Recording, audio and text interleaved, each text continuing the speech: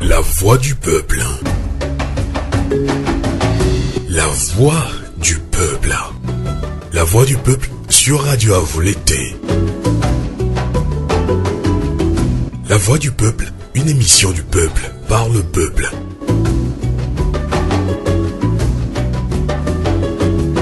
Le peuple s'exprime à travers des interviews, analyses et débats sur l'actualité politique et le développement du Togo. La voix du peuple, une émission réalisée et présentée par Sylvain Amos et ses collaborateurs dans la diaspora et dans plusieurs villes du Togo.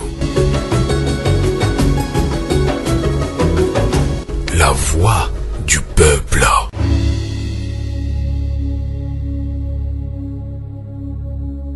Bonsoir Sokodé, bonsoir Lomé, Kara, Niamtougou, bonsoir Kbalime, Vaughan, bonsoir à tous les citoyens togolais pris de père de liberté et bienvenue dans votre émission La Voix du Peuple sur Radio Canal K en Suisse alémanique et sur Radio Avo l'été, la voix de la résistance du peuple togolais.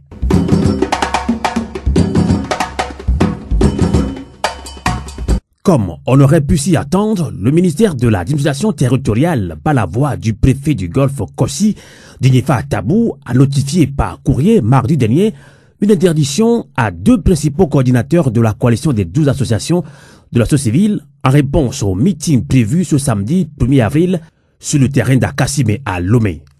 Visiblement, les autorités publiques togolaises cherchent par tous les moyens à empêcher les citoyens, les journalistes, les organisations de la société civile à parler des graves malversations révélées par la Cour des comptes dans la gestion du fonds Covid-19.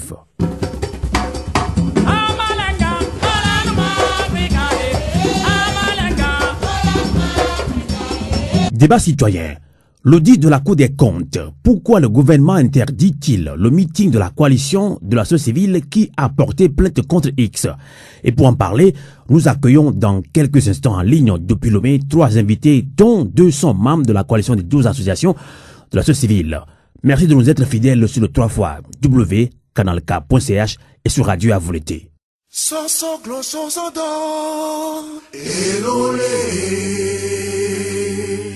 50 ans de règne des Nyasingbe, ça suffit. 50 ans de dictature là, ça suffit.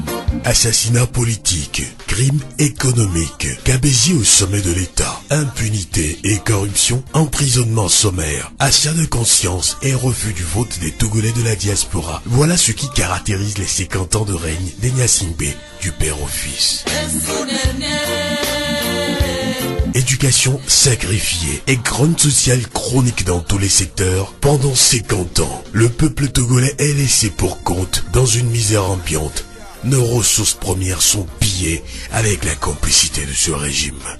Devant le refus obstiné du pouvoir autocratique des Nyasingbe d'opérer les réformes afin de libérer le Togo, l'article 150 de la Constitution te donne, toi fille, toi fils du Togo, plein pouvoir de jouir de ton droit sacré de faire échec à l'autorité illégitime. Peuple togolais, lève-toi, lutte et vains dans la dignité.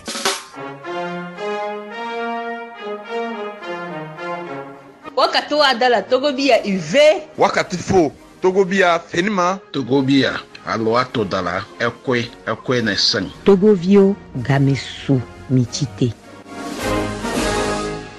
Ceci est un message de la coordination des mouvements et associations de la diaspora. Merci de votre fidélité sur le 3xcanalk.ch et sur Radio Avo l'été. Débat citoyen. L'audit de la Cour des comptes. Pourquoi le gouvernement interdit-il le meeting de la coalition de la société civile qui a porté plainte contre X? Nous accueillons tout de suite nos invités. Radio Avo l'été, la voix de la résistance du peuple togolais. On accueille en ligne depuis Lomé, Todi Neto Kumu. Bonsoir. Bonsoir Amos. Merci de nous accompagner en ligne depuis Lomé. Vous êtes président de Veille économique. On accueille toujours à Lomé au Togo, professeur David Ekwe Dossé. Bonsoir. Bonsoir Amos, bonsoir à toutes les auditrices et aux auditeurs de Radio Canal K Avo l'été. Merci également d'être toujours avec nous. Vous êtes premier porte-parole du Front citoyen Togo Debout. On accueille toujours à Lomé au Togo, Daguerre Komi à Gbemado pour nous. Bonsoir. Bonsoir Amos, bonsoir les auditrices et les auditeurs de Radio Volonté Canal K. Merci de nous accompagner également en ligne depuis Lomé. Vous êtes président d'Alcades, association de lutte contre l'analphabétisme pour le développement social.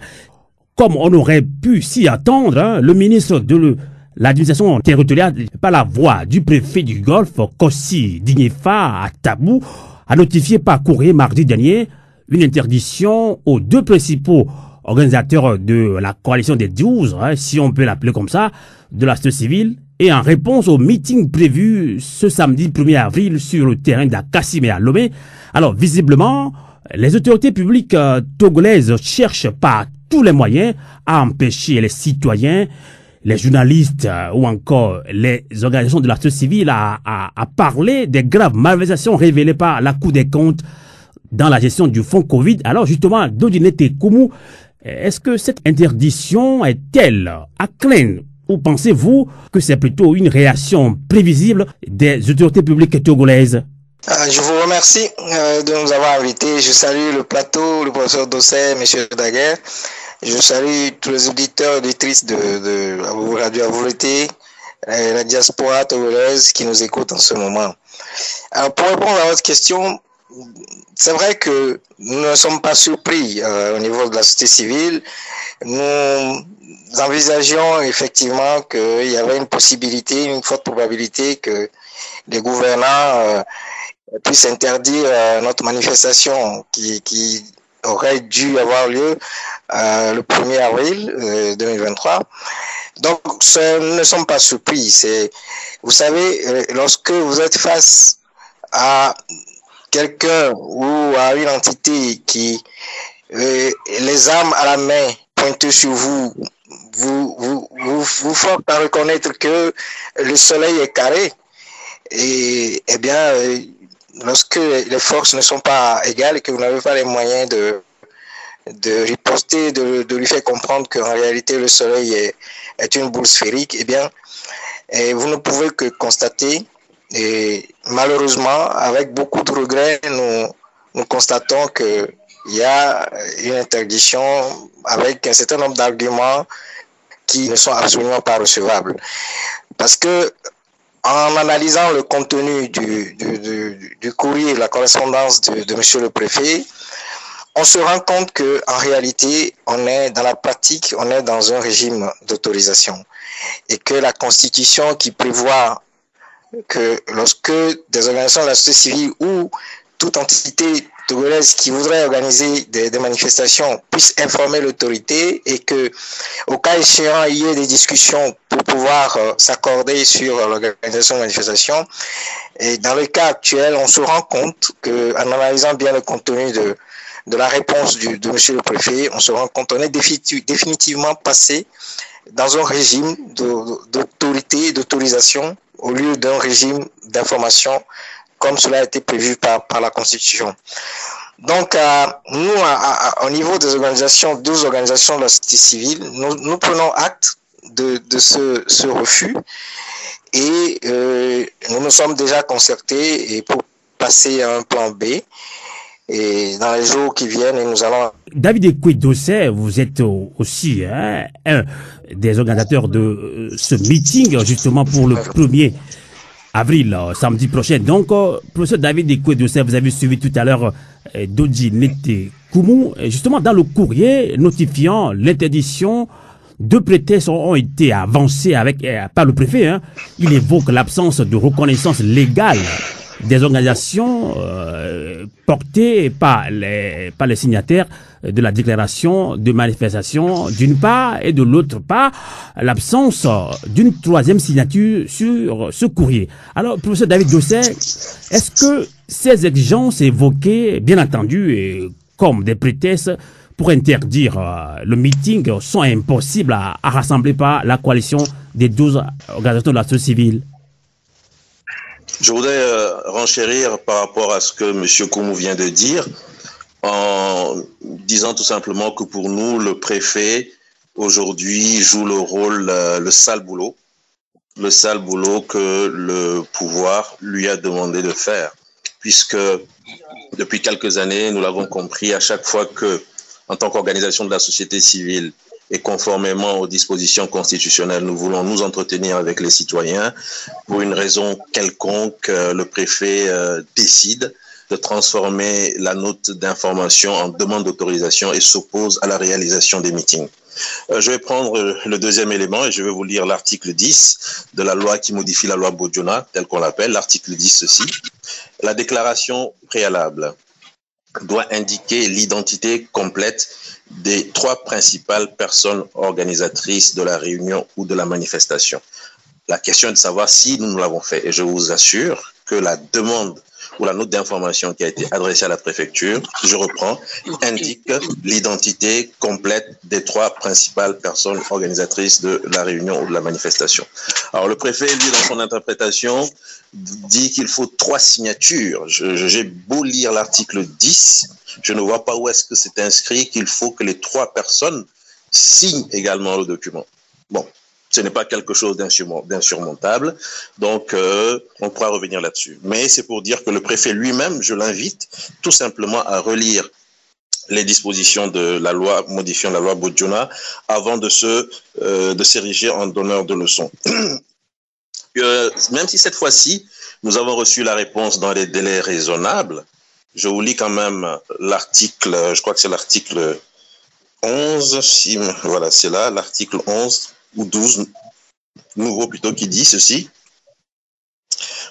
L'autorité administrative compétente qui reçoit la déclaration fait connaître ses observations et ses recommandations motivées dans un délai de 72 heures avant la date prévue pour la réunion ou la manifestation. C'est vrai que cette fois-ci, nous avons eu la politesse de la part du préfet donc d'obtenir la réponse dans des délais raisonnables. Il aurait en principe dû nous inviter à une discussion pour savoir quelles sont ces observations, est-ce que nous sommes en mesure d'apporter des réponses et ne pas comme ça décider de s'opposer ou de marquer son opposition à la tenue du meeting. Mais c'est tout simplement pour relever le fait que par le passé, il nous est arrivé de recevoir la réponse la veille. Donc on est largement hors des délais prescrits par la loi à laquelle monsieur le préfet fait allusion. Il nous est donc arrivé de recevoir la réponse la veille à 18h. Vous vous rendez compte un peu je n'ai pas envie d'insulter les gens, mais trouver un terme qui corresponde un peu à cette façon de faire, cette duplicité, cette façon de faire. On ne respecte pas la loi et on donne le sentiment que c'est les autres qui ne savent pas lire la loi. Donc voilà la situation qui se pose. Le préfet aujourd'hui joue le sale boulot, il faut le dire clairement. Entre-temps, c'était la pandémie du Covid-19. Aujourd'hui, la pandémie, je pense que ça ne peut plus être utilisé. Donc, entre-temps, par rapport à d'autres organisations, on a utilisé la loi sécuritaire. Et là, c'est des arguments sans tête ni queue. Mais comme vous l'avez dit, ça n'est pas insurmontable. Et je pense qu'on reviendra là-dessus. Nous avons décidé c'était le plan B, en fait. Monsieur Thomas l'avait dit, on n'est pas surpris. C'est un pays dans lequel l'espace civique est de plus en plus restreint, c'est dit par tous les observateurs de la vie sociopolitique togolaise, qu'ils soient au Togo, qu'ils soient à l'étranger. Le Togo, ce n'est pas une démocratie. Le Togo, c'est un pays où on vous empêche de manifester, on vous empêche de vous réunir librement. Et là, c'est encore une manifestation de ce système de répression qui est mis en place. Nous avions prévu un plan B. Ce plan B a été mis en œuvre ce matin. Je pense qu'on aura l'occasion de revenir là-dessus. D'accord. Donc, Dodi Netekoum, avant de relancer ta guerre commis à Gbema Doponu, qui est également de la société civile. Hein. Alors, Dodi Netekoum, vous avez suivi tout à l'heure le professeur David Dossé qui parle de plan B. Vous l'avez également dit, mais on ne veut pas tout entendre dans cette émission. Mais ça dit que oui, il ne va plus y avoir de meeting dans les prochains jours après cette interdiction. Nous allons passer maintenant à notre plan B, comme on l'avait annoncé. Et dans le sens du professeur, je vous dirais qu'on est face à un comportement de régime dictatorial. Parce que dans le régime d'information, ce qui aurait dû être fait, c'est que le préfet puisse nous inviter à s'asseoir autour d'une table et nous faire comprendre que voilà, il y a telle disposition dans notre correspondance qui ne lui convient pas et que nous puissions corriger ça et puis passer au meeting. Mais il a tout juste relevé des faits qui sont des interprétations qui, à mon humble avis, sont totalement erronée. Et on nous oblige aujourd'hui, lorsque vous avez des associations qui ont des récépissés, qui ont des numéros d'enregistrement, qui travaillent sur le terrain depuis des années et qui décident de se mettre en coalition, eh bien, on nous oblige aujourd'hui à ne plus considérer ces coalitions comme des regroupements circonstanciels. C'est tout ce que nous voyons. Et dans l'analyse de la réponse du préfet, c'est ce que nous entendons, ce qui est sous-entendu. Donc ça, c'est le comportement d'un régime dictatorial. Nous prenons acte, nous allons passer à notre plan B et nous allons essayer de nous conformer au desiderata du préfet et on verra si, avec toutes les dispositions qui seront selon lui conformes au texte et aux lois de la République, nous envoyons une autre correspondance pour un autre meeting à une autre date, on verra quels sont les arguments qui vont encore relever pour rejeter le meeting. Et ce que nous constatons au niveau de la société civile, c'est que ils ne veulent pas que la société civile, eh bien, devant le peuple, au cours d'un meeting, puisse expliquer la gouvernance économique de ce pays, pour expliquer comment le pays fonctionne sur le plan économique. Et surtout dans le cadre de cette affaire de malversation qui a été relevée par la Cour dans son rapport d'audit. Je pense que c'est ça qui les dérange, mais nous allons passer à notre plan B et nous allons voir quel comportement eh bien, le préfet va adopter. Je dirais, va adopter, voilà. Et on verra bien. D'accord. Alors, professeur David Kwedose, Dodinet Koumou insiste, hein, donc ça dit que vous allez maintenir malgré tout le meeting, même si c'est pas pour le 1er avril, ce sera pour plus tard. Une chose est certaine, Amos, il n'est pas question pour nous de baisser les bras et de dire que, en raison de cette petite interdiction de monsieur le préfet, la société civile et la nation togolaise décident de ne plus se retrouver pour discuter d'une question d'enjeu national. Le meeting aura bel et bien lieu. Nous n'allons pas maintenir sur la date du 1er parce que pour nous, il n'est pas question d'entrer pour le moment dans une phase de confrontation. Le préfet, de façon péremptoire, mais je crois que M. Dodi a suffisamment expliqué l'appréciation en tout cas que nous avons faite de son courrier, donc de façon totalement péremptoire, de façon même illégale, je dirais, puisqu'il ne tient pas compte des éléments contenus dans la loi qui modifie la loi Bodjona. Donc de façon totalement illégale et péremptoire, il a décidé de s'opposer, soit nous prenons acte. Le 1er, le meeting ne se fera pas, mais bien sûr, comme je vous l'ai dit, le plan B a été enclenché. Bon, j'ai compris que M. Thomas ne veut pas qu'on s'étale sur ce qui a été décidé, mais dans un délai, je puis vous dire, de 15 jours, certainement que nous allons nous retrouver avec les Togolais pour pouvoir évoquer toutes ces questions. Ce sont des questions importantes lorsqu'on parle de détournement de fonds publics. Lorsqu'on parle d'une institution comme la Cour des comptes qui relève des malversations, des anomalies aussi graves au niveau d'une nation, je vous en prie, les citoyens, ils doivent se retrouver pour en parler. Si les citoyens ne se retrouvent pas, je pense même que c'est une faute grave. D'accord. Dire alors que c'est des citoyens totalement irresponsables. Et nous sommes responsables. Nous tenons à nous retrouver en meeting. D'accord. Nous accompagnons également dans cette émission citoyenne Daguerre Komi Agbema Dokponou, qui est président de Alcades, association de lutte contre l'analphabétisme pour le développement social. Et son association ne fait pas partie de ces 12 organisations de la société civile, mais il a bien voulu également participer à ce débat citoyen. Agbema Dokponou. Alors, vous avez suivi Dodinete Koumou, président de Veille économique, David Kwedose, premier porte-parole du Front citoyen Togo-Debout, qui n'est plus à présenter également à vous. Alors, le meeting qui devait se faire ce samedi a été interdit par le préfet. Quelle est votre réaction? Oui, merci Amos, merci les camarades sur le plateau. Je voudrais réagir pour faire observer que effectivement nous ne sommes pas associés à la démarche, mais en tant qu'acteur de la société civile et puis relativement au régime, au système que nous vivons au Togo, cet acte d'interdiction ne nous surprend pas parce que ça a été toujours le cas dans différentes occasions et cela ne nous surprend à ce point que nous n'avons pas devant nous un système démocratique. C'est la dictature au sens réel du nom. C'est la dictature. Et donc, moi, le paradoxe est là. Nous sommes toujours trop légalistes avec ce pouvoir, parce que avec un pouvoir comme celui-ci, une vieille dictature de plus de 50 ans, qui est toujours dans sa logique, dans la logique de conserver le pouvoir vaille que vaille, nous devons voir quel système, quelle méthode d'organisation mettre en place pour faire face à ces dérives, aux dérives dictatoriales de ce pouvoir.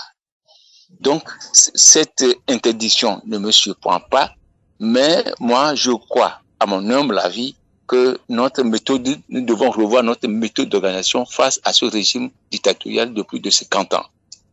D'accord. Alors, revoir la méthode d'organisation au sein de la société civile d'Odi Netekumu.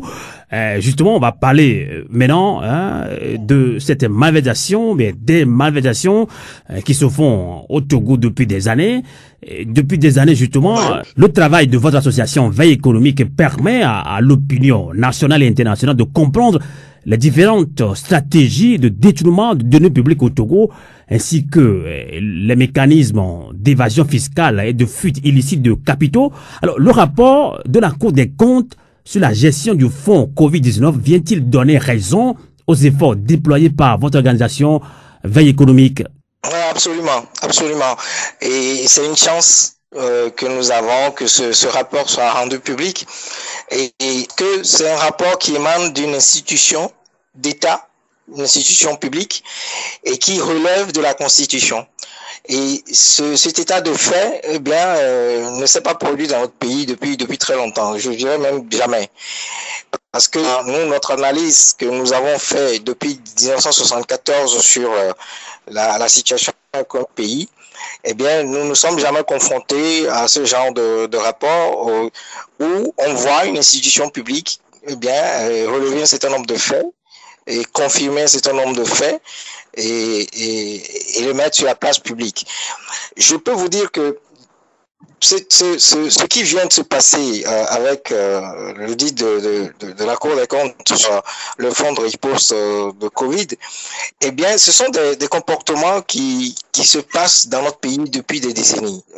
Depuis 1974, 10 ans après, ou à peu près, oui, 10 ans après la prise de pouvoir et de Tigbe Yadema, eh bien, on a commencé déjà, lorsqu'on avait créé pratiquement 76 entreprises publiques, soit 10 ans qu'on était en train de relancer, de moderniser l'économie togolaise et l'industrie togolaise, eh bien, ces 76 entreprises publiques ont été fermées en l'espace de 10 ans. Au plus tard, en 1984, entre 1974 et 1984, et la plupart de ces entreprises ont fait faillite et ont été fermées. En réalité, lorsque vous analysez les rapports d'évaluation du FMI, de la Banque mondiale, et avec les programmes d'ajustement structurel, vous vous rendez compte que la véritable cause de la faillite de ces entreprises, c'est la mauvaise gouvernance. Je vous donne juste l'exemple de Simao. Je ne sais pas si vous vous souvenez, les Togolais se souviennent de Simao avant Simtogo. Donc Simao, c'était l'entreprise publique qui avait été mise en place en quelque sorte une joint venture entre le Ghana, la Côte d'Ivoire et le Togo pour produire du ciment. Eh bien, déjà à l'époque, le Togo avait déjà contracté plus de 25 millions de dollars de dette, d'endettement pour mettre en place Simao et de manière à ce que le Togo puisse être exportateur de produits. Eh bien, l'entreprise Simao n'a vécu que entre 1974 et 1984. En 1984, cette entreprise a été fermée et a été reprise par un groupe étranger, je crois que c'est le groupe Heidelberg, qui le gère jusqu'à ce jour. Vous comprenez que nous-mêmes, nous n'avons pas été capables de gérer une telle industrie en l'espace de 10 ans. Cette industrie a fait faillite et la dette a été intégrée à notre dette extérieure que nos parents et nous nous continuons par payer, alors que lorsque cette reprise a été racheté par le groupe étranger et est en train de gérer, Simtogo. La chance que nous avons aujourd'hui, c'est, et nous voulons, nous, au niveau de des organisations de la société civile, saisir cette opportunité pour mettre fin définitivement aux crimes économiques qui, à mon avis, endémiques dans le pays depuis des décennies et font souffrir le peuple togolais. Eh bien, c'est que ce rapport d'audit de la Cour émane d'une institution nationale et qui relève de la Constitution, donc il ne souffre d'aucune, je dirais, crédibilité, d'absence de crédibilité. Donc, nous estimons qu'il faut absolument mettre la pression nécessaire pour que soit mis fin à cette crise, je dirais cette malversation financière qui sévit dans le pays depuis des décennies. D'accord. Alors, mettre la pression, hein, voilà que le meeting de samedi prochain est interdit par le préfet. Alors, Dodinete Koumou, vous êtes un grand économiste.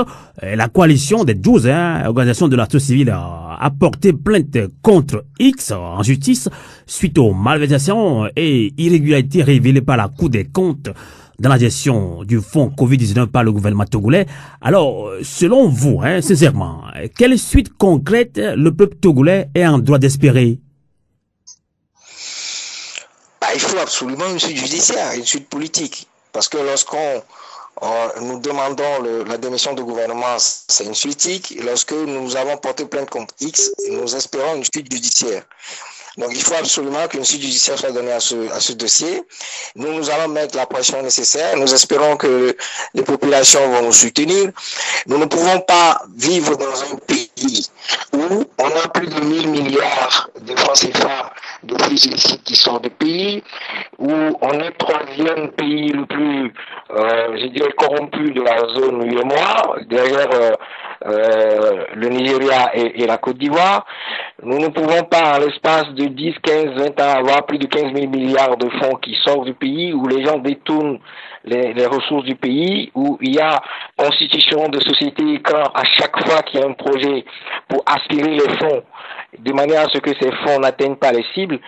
Aujourd'hui, nous avons donc cette possibilité de nous appuyer sur un rapport d'audit qui est crédible, qui émane d'une institution qui relève de la Constitution, pour mettre la pression de manière à ce que son excellent président de la République prenne ses responsabilités et que les crimes économiques, on puisse le mettre fin. Parce que ce qu'il faut comprendre, c'est que le Togo, depuis ces années 70, n'a vécu que dans un système de déficit budgétaire plan, de déficit de la balance commerciale et de déficit de la balance des paiements.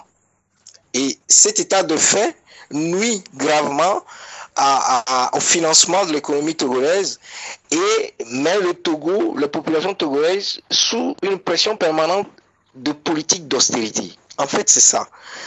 C'est ce et qui fait que les ressources disponibles du pays, notamment en recettes fiscales et non fiscales, et y compris les ressources d'endettement, sont détournées et sont sorties du pays. D'où le Togo est sous endettement permanent, avec des échéanciers de pression sur la trésorerie publique de façon permanente, et de sorte que les mesures sociales qui devaient être prises pour que les populations puissent mieux respirer, mieux vivre, eh bien, ces mesures sociales ne sont jamais prises.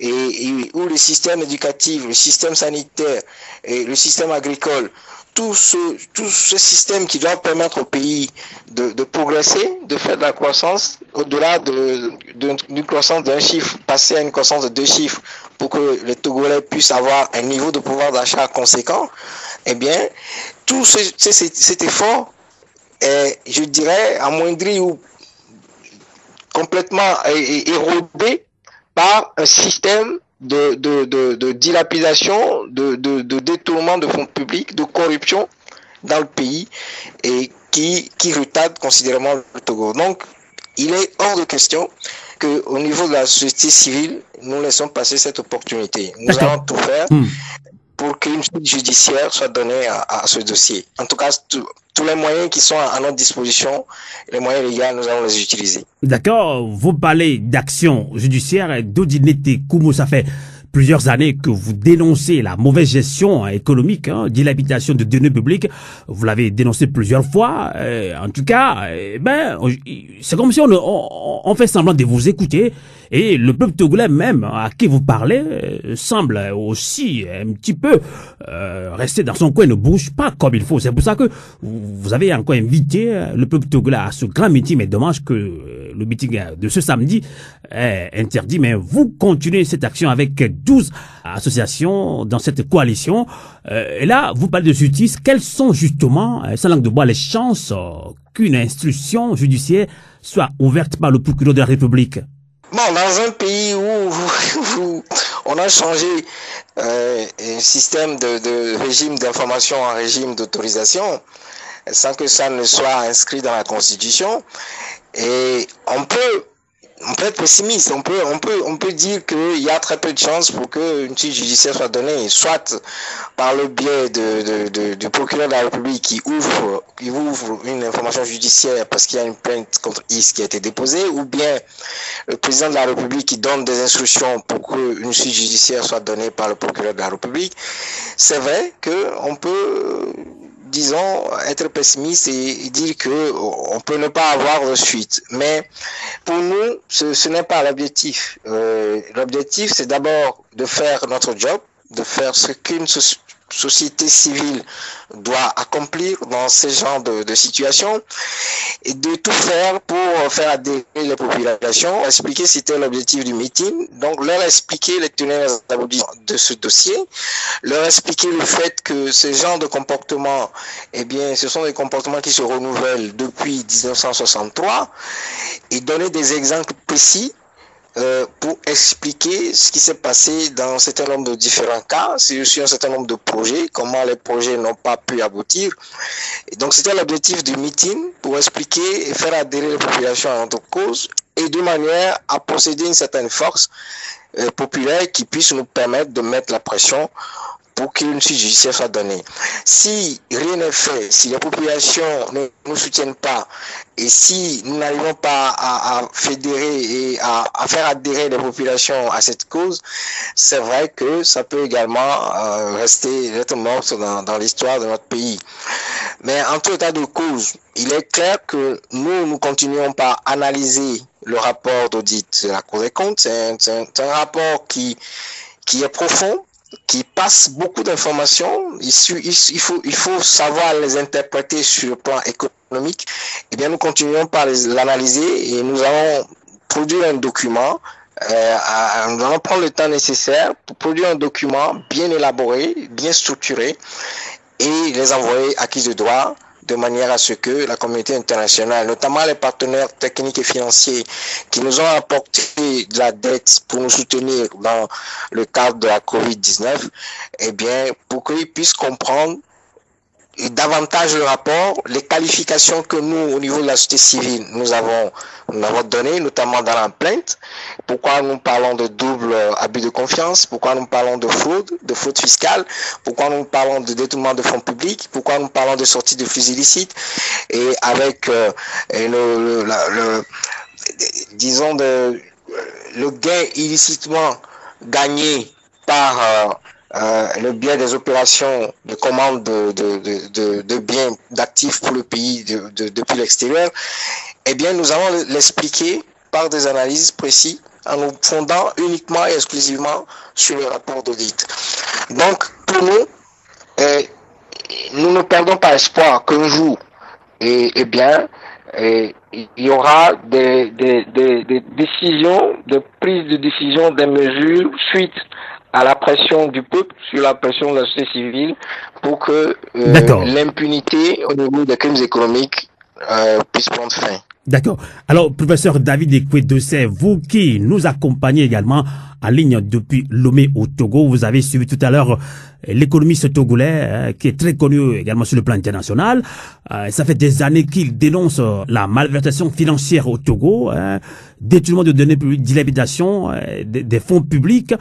Mais on fait comme si on l'écoute pas. Il parle d'action judiciaire par rapport à cet audit de la Cour des comptes. Alors, professeur David Ekwe-Dossé, pensez-vous vraiment, sans langue de bois, que cette action inédite en justice soit un signal fort également contre la corruption, les crimes économiques et l'impunité qui règnent au Togo depuis des décennies. Je crois que comme cela vient d'être dit, je pense qu'il y a plusieurs phases dans la stratégie de lutte contre la corruption et contre les crimes économiques. Et en l'occurrence, si on tient compte de ce rapport d'audit de la Cour des comptes, je l'avais dit, en tant que citoyen, on ne peut pas se taire. C'est notre argent, à nous tous, comme quelqu'un me le disait hier. J'ai un ami avec qui je discutais, il m'a dit, mais et bien quoi t'as mis avec Gaël. Donc c'est notre argent à tous que certains se sont crus tout à fait autorisés de disposer comme bon leur semble. Et je crois que c'est totalement inacceptable. Et donc, quand on n'accepte pas, on dit non. C'est ce qu'un célèbre chanteur a dit. Et quand on dit non, qu'est-ce qu'on fait? On réagit. Nous avons réagi et nous avons porté l'action en justice. Ça, l'histoire nous le retiendra. Maintenant, est-ce que ça va porter ou est-ce que ça ne va pas porter? C'est une autre question. Mais il fallait réagir. Et si en tant que société civile, nous n'avions pas réagi en portant cette action en justice, je pense qu'on aurait pu nous traiter d'être totalement irresponsables. Maintenant, la deuxième phase, c'est de savoir comment aider justement la justice à aller. Comment est-ce que nous pouvons, en tant que citoyens, en tant que nation, faire en sorte que la plainte contre X puisse prospérer? Et c'est là où nous avons, en tant que stratégie, estimé que, vous l'avez dit, pour la plainte, il n'y a que quelques organisations qui se sont mises ensemble. Ces organisations sont-elles au Togo ou pas? Non, nous ne sommes qu'une infime partie du Togo. Représentatifs des organisations de la société civile, mais nous ne sommes qu'une infime partie du Togo. Et il faut donc qu'on entende les Togolais qui s'indignent, puisque cette affaire, elle est tellement immorale, quand on prend la pandémie, ce que nous avons subi comme choc en tant que nation, et qu'en dépit de cet état de choc, des Togolais qui se croient plus malins que les autres puissent se permettre de voler des milliards. Voilà la situation réelle. Donc c'est totalement scandaleux, c'est totalement immoral, et quand c'est comme ça, la nation doit réagir. Et c'est l'occasion que nous voulons donner aux populations de dire ce qu'ils ressentent au fond d'eux-mêmes. Et nous comprenons tout à fait la réaction du préfet. Personne ne veut que certaines choses sortent en public. Quand je dis personne, vous voyez, suivez mon regard. Leur volonté, c'est de faire en sorte que le Togolais reste bâillonné, que le Togolais reste dans son mutisme, que le Togolais reste silencieux. Mais c'est impossible. Quelle que soit la nation que vous prendrez, c'est impossible tout le temps de faire en sorte que les citoyens demeure éternellement silencieux. Un moment viendra où les gens vont parler. Et donc, ça va se faire. Ça va se faire. On va revenir encore sur cette édition de ce meeting du 1er avril samedi prochain. Donc, alors pour Alcades, dont le président est avec nous, commis Daguerre Agbemadiokporo, il faut revoir notre mobilisation, mais les mobilisations, il faut revoir les organisations, puisque Alcades n'est pas associé à cette action, mais il est présent dans cette émission. Alors, Agbemadiokporo Daguerre, vous dites qu'il faut revoir notre manière de faire ces actions pour que cela porte comme il le faut. Alors, comment le fait concrètement? C'est la question que l'on puisse se poser, Daguerre. Comme je l'ai dit tantôt, nous ne sommes pas associés à la démarche, à l'organisation de ce meeting, mais nous estimons que c'est une démarche citoyenne qui nous concerne tous. Alors, invités à cette émission, nous ne pouvons que dire la position qui est la nôtre. Tout d'abord, au niveau des organisations de la société civile, il y a une grande division qui est notée, ça j'en passe. Mais ce que je voudrais faire comprendre est que toutes les argumentations exposées par les camarades tiennent très bien, mais nous avons en face une dictature qui est dans sa logique de conserver le pouvoir.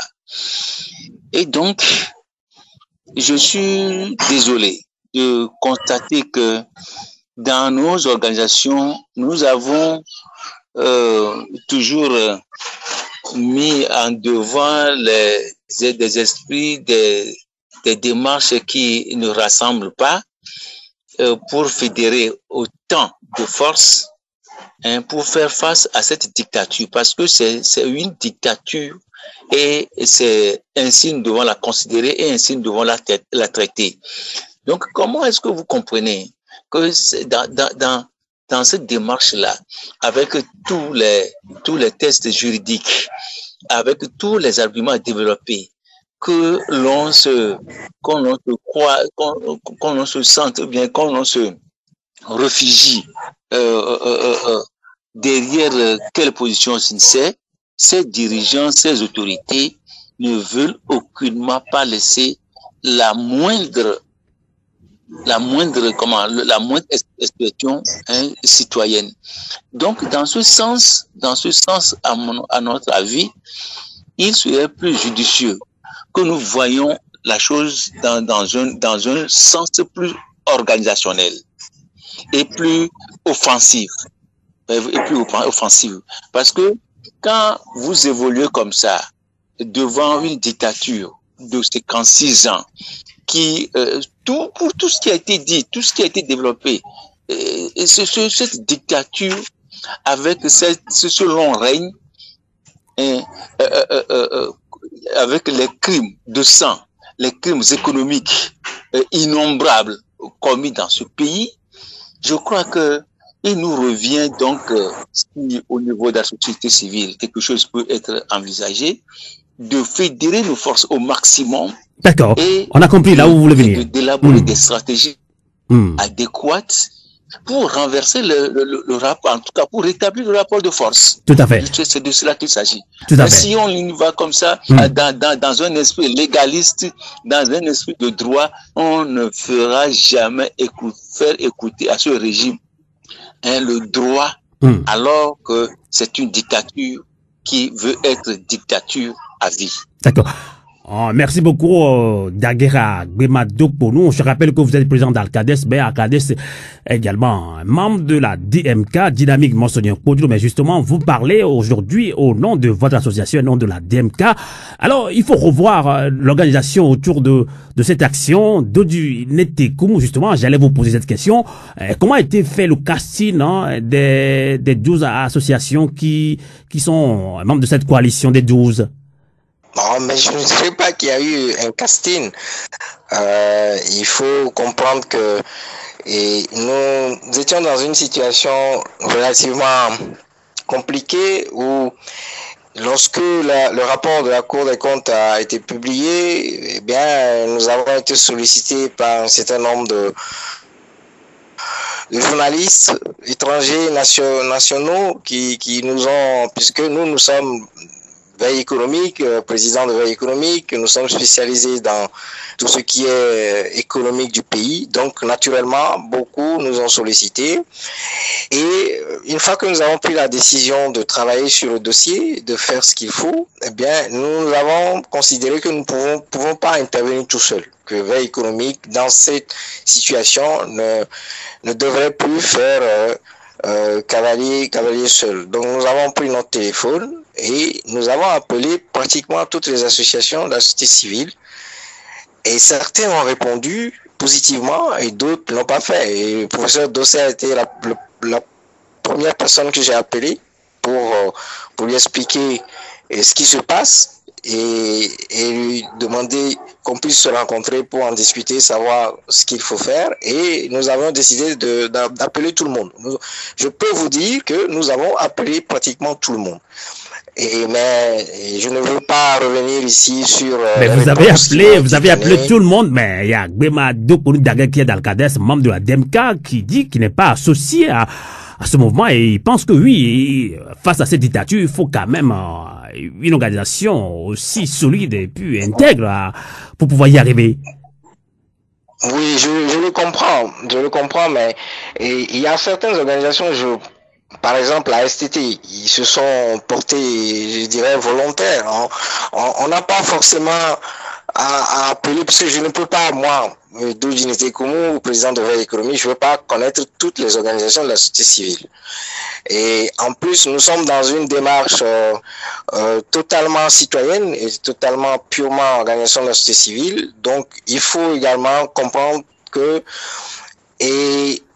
certaines personnalités qui ont plusieurs chapeaux, notamment des chapeaux politiques, eh bien, il est difficile dans ces genres de situations, face au régime, dans dans une certaine démarche, difficile de les appeler. Mais nous avons, à plusieurs reprises, lorsque nous avons commencé, dit que eh bien, le groupe était ouvert et que toute organisation de la société civile qui nous écoute dans cette initiative peut très bien nous rejoindre.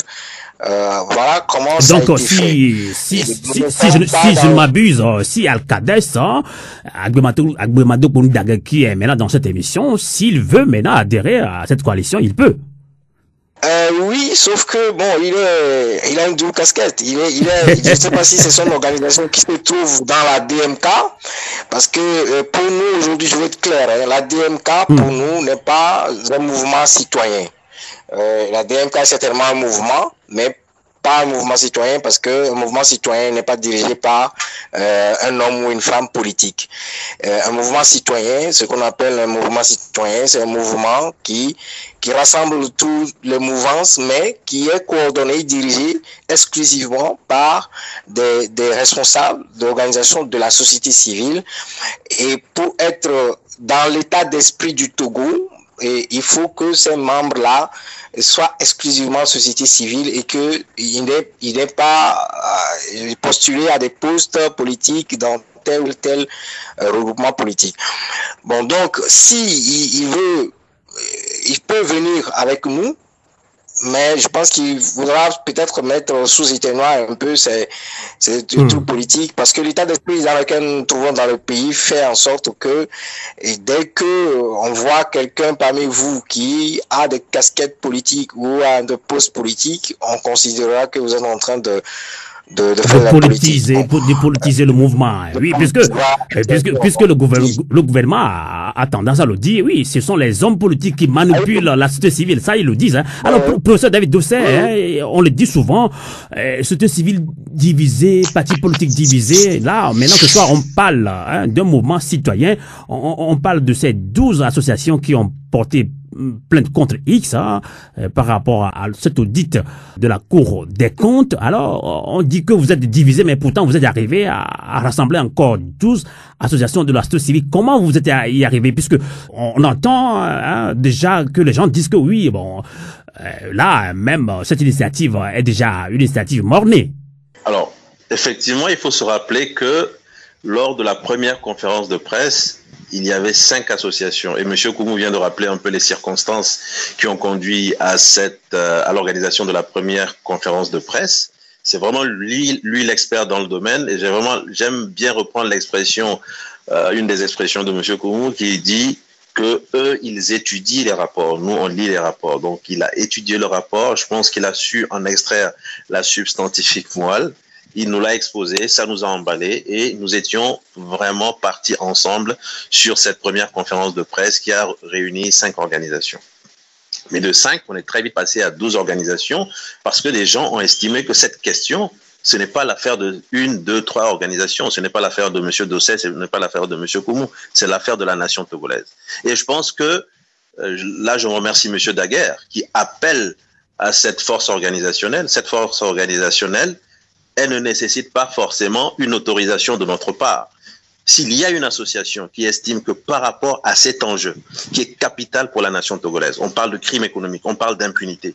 Donc s'il y a une association qui estime que elle veut s'inscrire dans une démarche citoyenne commune pour faire barrage, c'est ouvert. Je l'ai dit, nous sommes passés de 5 à 12. Tout simplement parce que des gens ont estimé qu'ils devaient... Donc, si vous êtes passé de 5 à 12, ça veut dire que vous pouvez passer de 5 à 13 également. On peut passer de 5 à 13, on peut passer de 5 à 15, on peut passer de 5 à 20. Donc, manifestement, M. Daguerre vient d'exposer sa volonté farouche de rejoindre un tel mouvement. Je vous assure, la main sur le cœur, la porte est ouverte.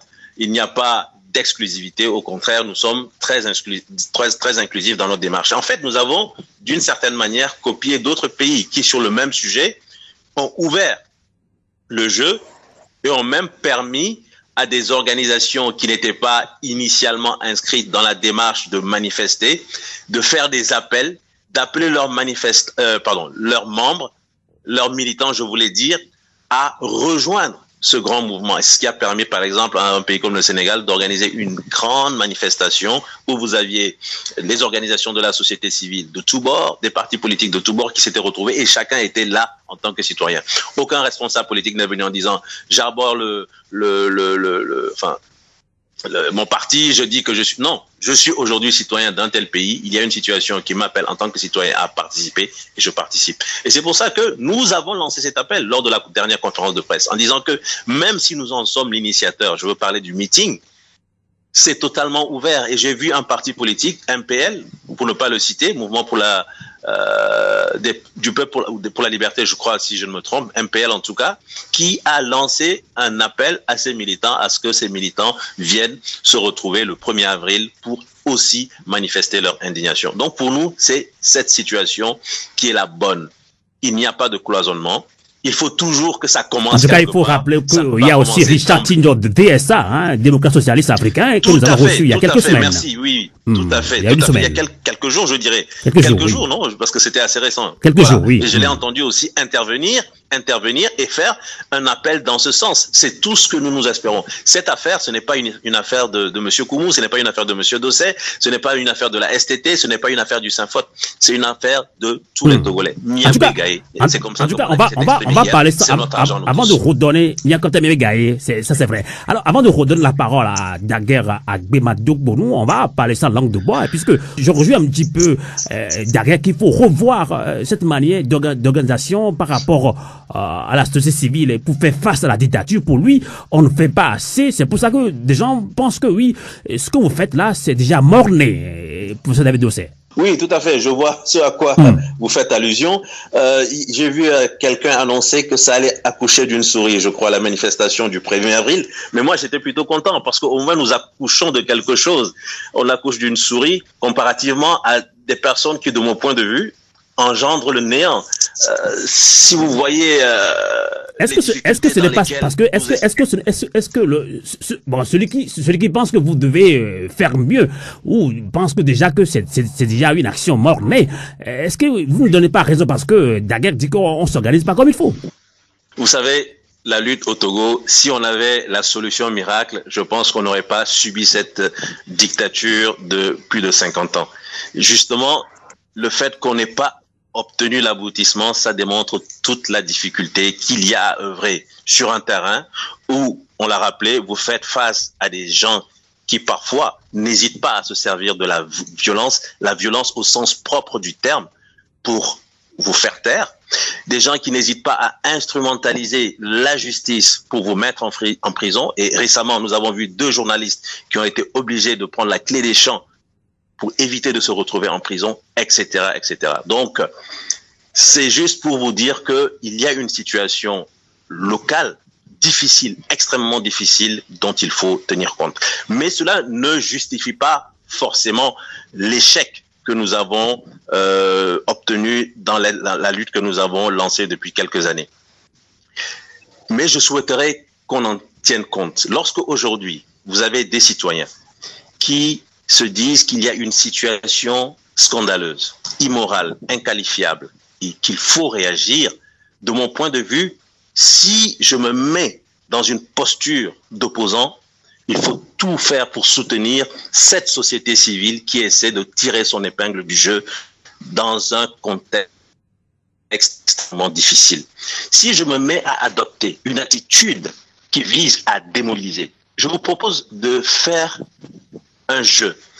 Prenez l'annonce que ces personnes ont faite en parlant de manifestations qui va accoucher de souris, etc. Enlevez les noms et présentez ça à quelqu'un. Je vous donne la garantie que tout le monde vous dira que mais ça émane du parti au pouvoir ou ça émane de ses alliés objectifs. Et je pèse mes mots.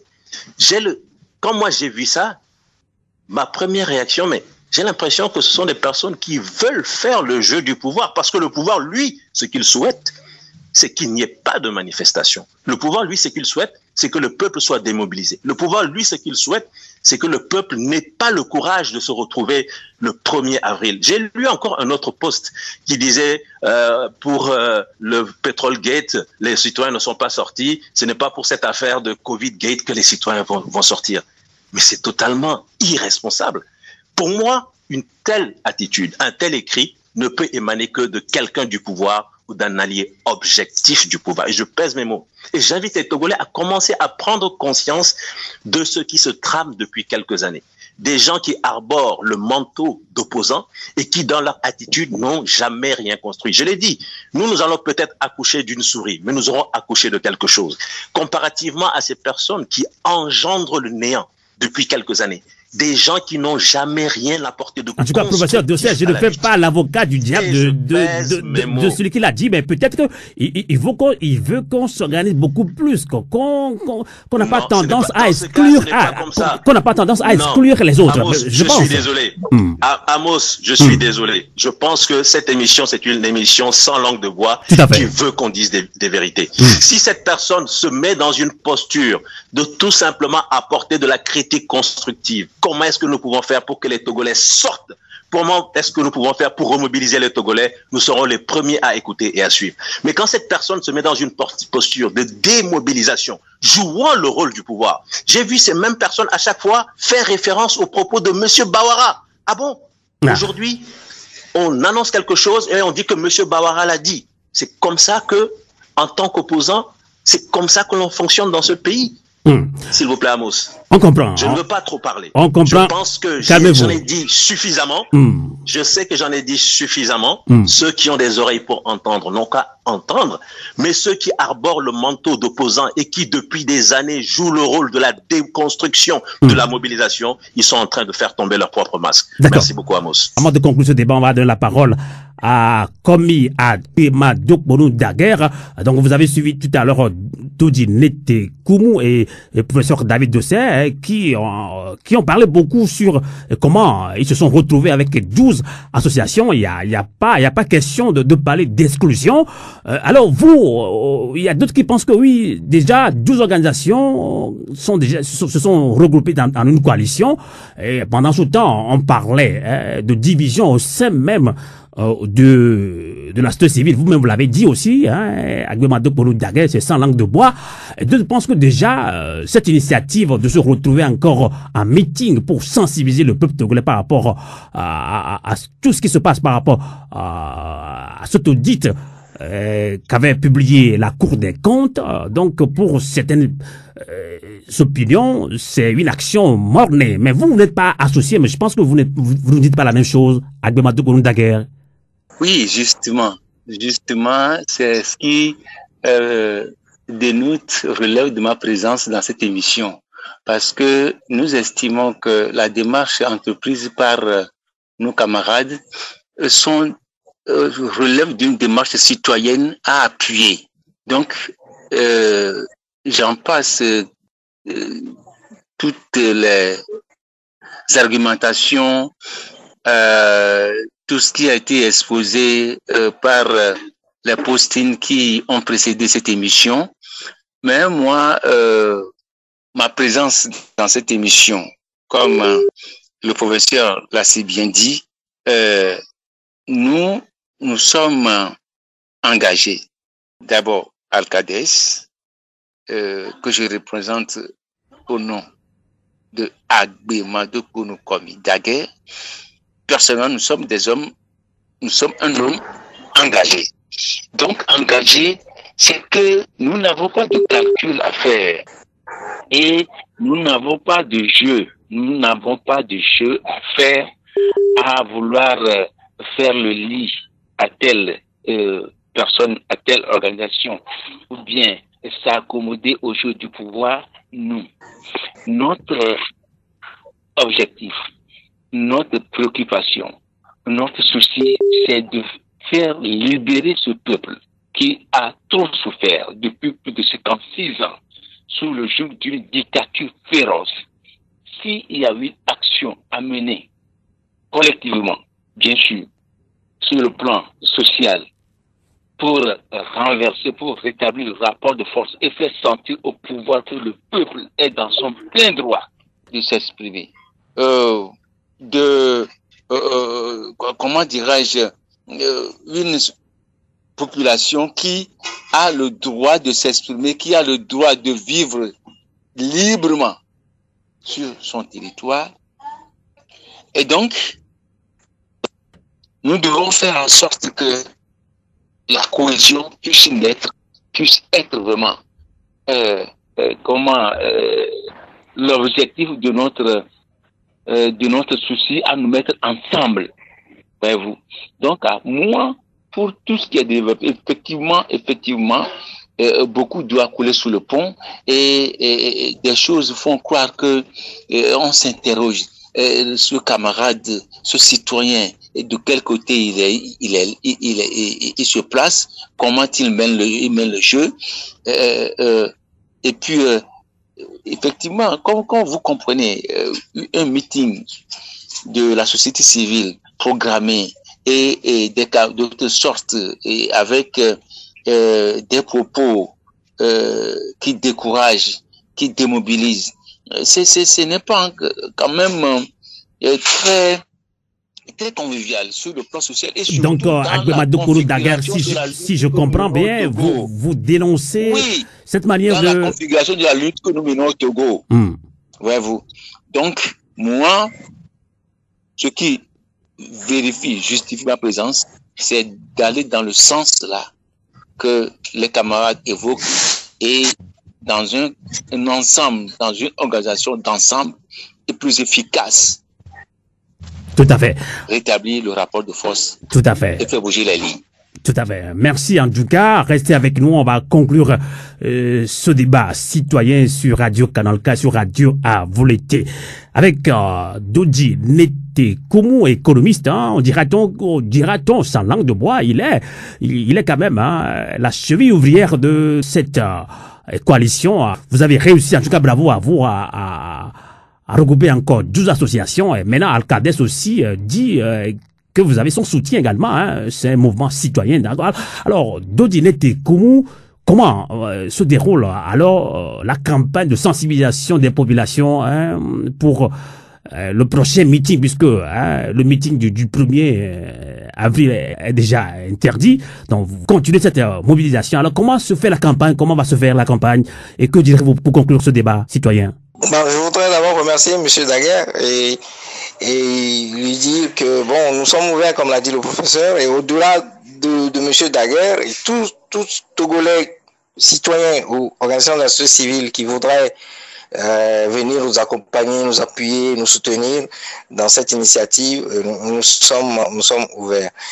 Il faut dire que en termes d'organisation, ce que M. Daguerre est en train de dire, c'est que malheureusement, nous n'avons pas toujours au Togo la même compréhension de cette lutte et des stratégies à mettre en place et le cheminement qu'il faut parcourir pour atteindre nos objectifs. C'est un peu ça l'handicap que nous avons. Disons que la campagne, nous avons décidé, après concertation entre nous, de maintenir notre plan et tout le programme de sensibilisation. Et c'est d'ailleurs la raison pour laquelle nous arrivons à animer cette émission ce soir. Donc, nous avons décidé de maintenir le programme, de mener les actions qu'il faut, de nous organiser jusqu'à la prochaine date. Et nous déposons notre courrier d'information aujourd'hui. Et nous espérons que les reprenants vont se ressaisir pour nous permettre d'organiser ce meeting. Dans tous les cas de figure, Dodji Netekumu, nous, Radio Avouleté basée dans la diaspora. Qu'attendez-vous également de la diaspora par rapport à cette mobilisation, à ce meeting? Mais bon, vous faites le prochain meeting, donc. Nous avons déjà un soutien, beaucoup de soutien, de la diaspora qui sensibilise, qui enregistre nos émissions et nos sorties sur les médias et qui les distribue de par le monde.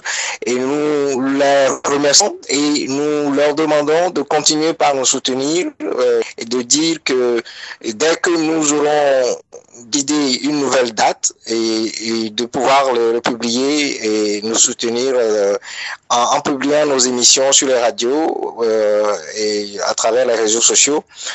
Donc c'est tout ce que nous pouvons demander. Et pour conclure, je dirais à tous nos compatriotes togolais de garder espoir.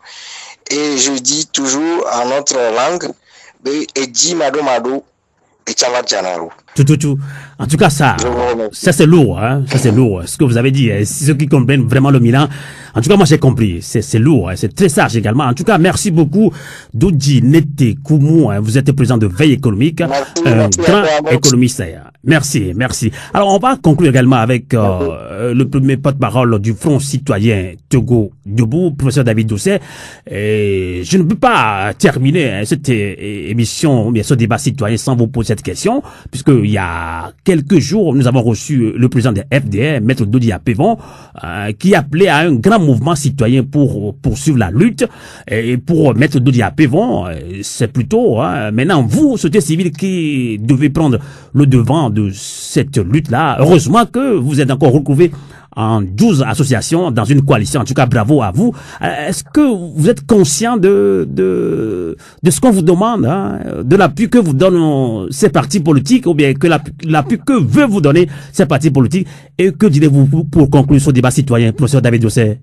Alors, pour ce qui concerne le grand mouvement citoyen ou le rôle que la société civile doit jouer, je pense que c'est un rôle que nous essayons de construire depuis quelques années. Personnellement, je pense que ce n'est pas par un claquement de doigts que cela doit se faire. Il y a une phase de construction. C'est tout un processus à mettre en œuvre. Et nous nous y attelons aussi bien au plan national qu'au plan international, avec bien sûr des imperfections, parce que la perfection n'est pas de ce monde. Et nous remercions tous ceux qui croient en nous. Quand je dis nous, je parle de la société civile en général, et qui veulent apporter un vrai soutien à cette société civile pour qu'elle puisse avoir l'envergure nécessaire pour jouer son rôle.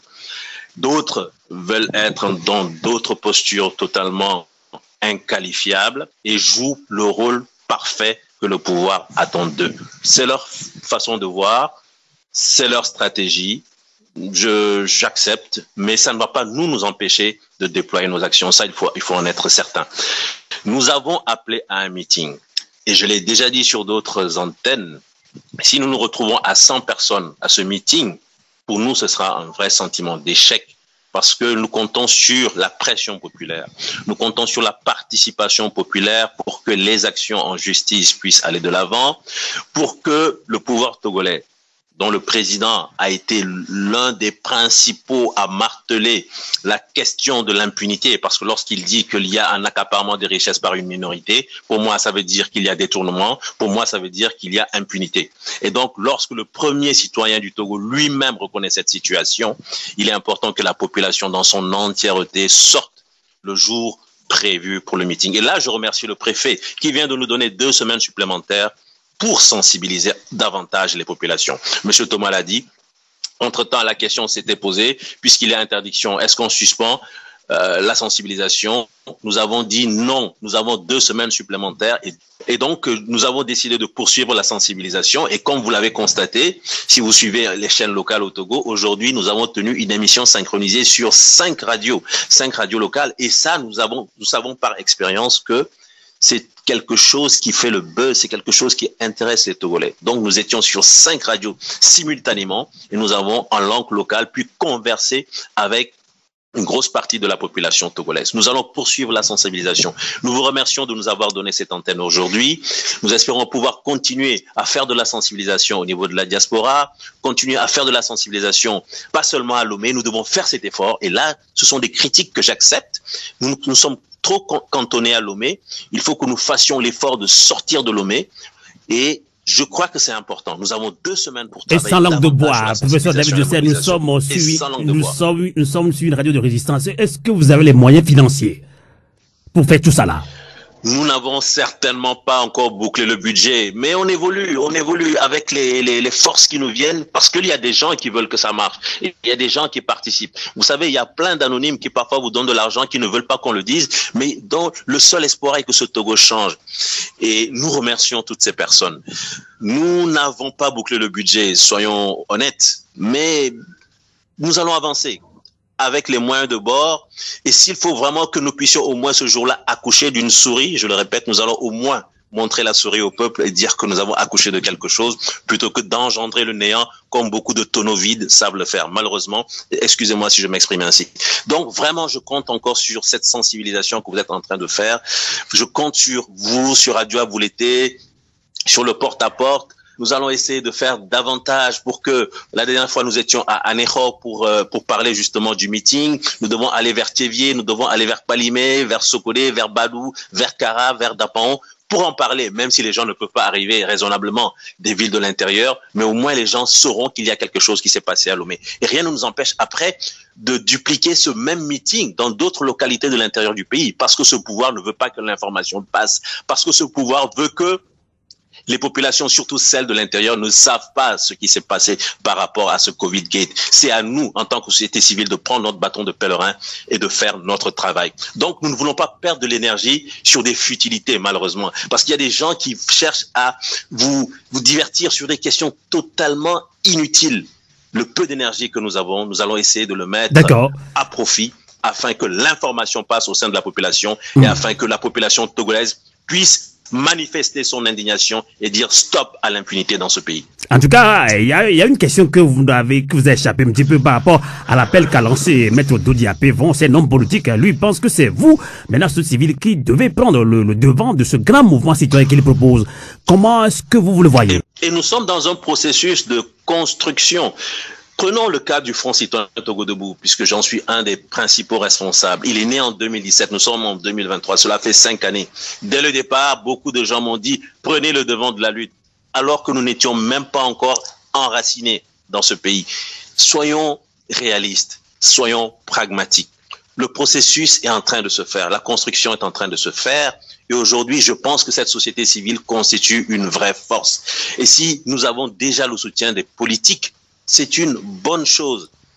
Regardons de l'avant, il y a des échéances qui se profilent et nous allons essayer de mettre à profit tout ce que vous avez dit par rapport à l'appel de Maître Dodji. Je souscris à cet appel totalement aujourd'hui. Je pense que l'envergure que nous sommes en train d'obtenir au plan national et au plan international nous permet de jouer un rôle beaucoup plus affirmé par rapport à ce mouvement citoyen dont on est en train de parler.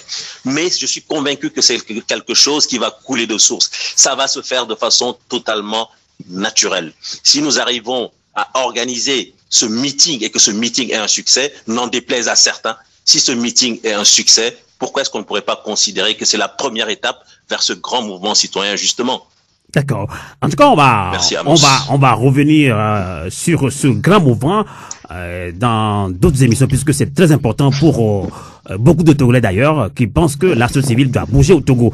Merci, professeur David Ekwe-Dossé. Vous êtes le premier porte-parole du Front citoyen Togo Debout. Merci de nous avoir accompagnés également dans ce débat citoyen depuis Lomé au Togo. Toujours à Lomé au Togo, comme je l'ai dit, tout se passe à Lomé au Togo. 12 associations se sont encore réunies au niveau de la société civile. On pense que la société civile est divisée, mais elles ont montré qu'elles sont toujours ensemble. Alors, à Guémadokonu Daguerre, que direz-vous pour conclure ce débat citoyen? Vous soutenez, Alcadès soutient cette initiative, vous les soutenez parce que vous pensez que c'est un mouvement citoyen. Alors que direz-vous aux auditeurs de Canal K de Radio Avouleté, surtout de la diaspora? On est très écoutés au niveau de la diaspora, et tout comme au Togo.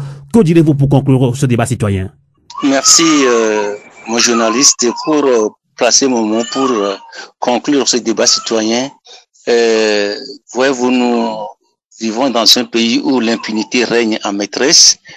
Comment comprenez-vous que le peuple élit un président, on l'agresse, on l'agresse, on le menace de mort, il fuit le pays et puis personne ne lève aucun pouce. Voyez-vous, c'est dans le pays là de paradoxe que nous vivons. Et je voudrais, pour placer mon mot, lancer cet appel à toute la diaspora, à la société civile. aux partis politiques, aux associations, de femmes, de jeunes, de se mobiliser. Parce que il s'agit de quoi? Il s'agit de mettre fin à cette dictature. Et puis tout est fini. Donc à la population, au peuple togolais de se mobiliser dans le sens de cette société civile pour que dans un délai relativement court, qu'on puisse mettre fin à cette dictature qui a trop fait souffrir au peuple togolais. Merci. Merci également à vous, Daguerre Komia Gbemadou Kounou, président d'Alcades, association de lutte contre l'analphabétisme pour le développement social. Merci également à vous qui nous avez suivis sur le 3xW.canalk.ch et sur le 3xW.radioavouleté.com. Alors, je vais m'abstenir de ne pas reprendre les propos d'Odi Netekou, mais je vais le dire quand même parce que ça nous a beaucoup donné encore beaucoup plus de force. Il a dit Amina et dit Mado Chan Eva Djana. Je ne vais pas me permettre de l'interpréter en français puisque ça n'aura pas son poids. Tous les Togolais qui comprennent bien le Mina doivent comprendre ça. Et dit Mado Chan Eva Djana. Alors ne nous décourageons pas, ne nous divisons pas, ne tenons pas des propos qui doivent diviser, tenons des propos qui doivent réunir le peuple togolais. Ainsi prend fin ce débat citoyen sur Radio Avouleté. Merci de l'avoir suivi. Nous nous disons Avouleté et bonsoir. Radio Avouleté, la voix de la résistance du peuple togolais.